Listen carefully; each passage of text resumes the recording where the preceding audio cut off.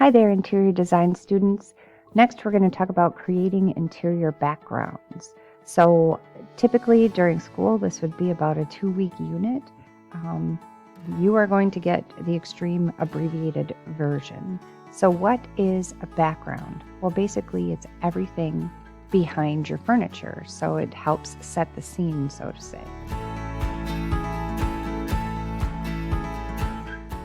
So what are interior backgrounds? What's considered?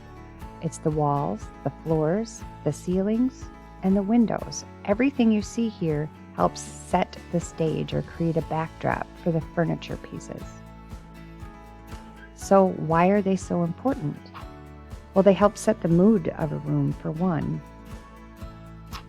They impact sound, they emphasize the important elements in the room, and they provide a focal point, something to look at. So your learning targets describe characteristics and uses of various backgrounds, how to determine what effect they have. So if you're trying to create a calming space, what could you put on the walls? What would you use for the floor to create a sound barrier? What would you use on the floor in an entryway? So what effect do these different backgrounds have? And what moods do they create? So let's start with how to choose backgrounds. We'll know that it's tricky. Everything goes together. You always need to consider the function of the space. How is it being used? Because you can put together the most beautiful design, but if it doesn't serve the purpose that it's intended to serve, people aren't going to use it, and it's not considered a good design. You have to consider the lighting. Is there outdoor lighting? Is there lighting coming in through a window, through skylights? Is there artificial lighting? Also, using texture and having a variety of textures is important so that it doesn't look sterile and bland. The backgrounds can also be a major expense in any build or renovation, so make sure you choose wisely. And some of these backgrounds do require professional installation. So what to consider when selecting? So first you need to consider the color schemes. So you have to look at the types of light, how the light shines on everything, the walls, the floors, the ceilings. You have to look at the doorways, windows, and fireplaces. Anything that's in the room will affect the color. Each piece of furniture also reduces the amount of background color, so that's important to consider. Remember, from Elements of Design, warm colors create a cozy environment, where cool colors create a more formal, cooler environment. And then always consider the givens. So if there is a fireplace, you have to look at how the colors that are in the fireplace. If there's architectural features like pillars, the trim around the floors or the windows, all of those need to be considered. This next part is floor covering. The floor covering is anything that goes on the floor, and it is usually the most expensive part of the room. It also needs to be the most durable because you are using it every day. You're walking on it. It takes a lot of wear and tear. Plus, flooring typically should last anywhere from 10 to 20 years in a home. It also depends upon the function of the room. Think about your homes and where you have hard floors, meaning not carpet. Why do you think there's hard floors in those rooms? You also need to consider the traffic flow. If it's a room that's not used most often, you probably don't need a higher quality floor.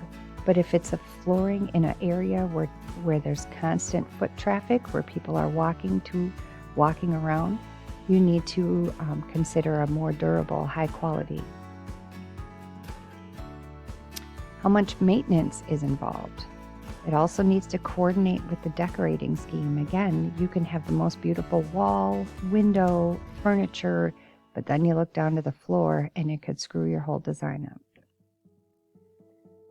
All right, so types of flooring. There's 3 types: hard, resilient, and soft, and they are just like they sound. Hard are things that are like stone, wood, slate. Resilient are the things like laminate, rubber, and cork. Those are things that are more forgiving. They don't scratch, they don't require a lot of maintenance. That's why they're called resilient. And then soft floor coverings are just like they sound.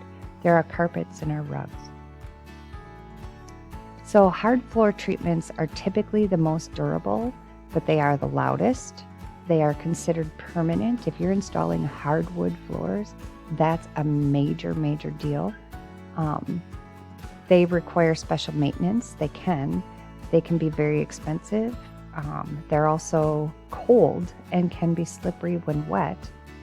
And a thing to consider if you are choosing hardwoods is wood is not recommended in our bathrooms or our kitchens or in our laundry rooms. These are all examples of hard floor options. Resilient flooring. This has gained a lot of popularity over the last 10 years. These are things like vinyl, and it can be rolled vinyl, it can be plank vinyl, laminate, which are the kind of planks that click together. Rubber is also a good choice, and cork is another good choice. These are usually pretty quiet and comfortable. They resist denting or scratching. Typically, they're easy to clean. Some can even be sustainable. However, cork is not good for pets. Their nails can pull up the cork. And resilient flooring also tends to be less expensive than real wood, stone, or marble. And because of technology, you can go this route and get the look of wood, stone, or marble with the advantages of having it be less maintenance. The last type is soft floor covering, so carpet. Fun fact, carpet used to only be for the wealthy. It does help to muffle sound or to knock sound down in a room. If you've ever walked into an empty house where there's no furniture or anything, your voice echoes everywhere. So carpet actually helps to tone the loudness of the room down. It's also very comfortable. It tends to be warmer.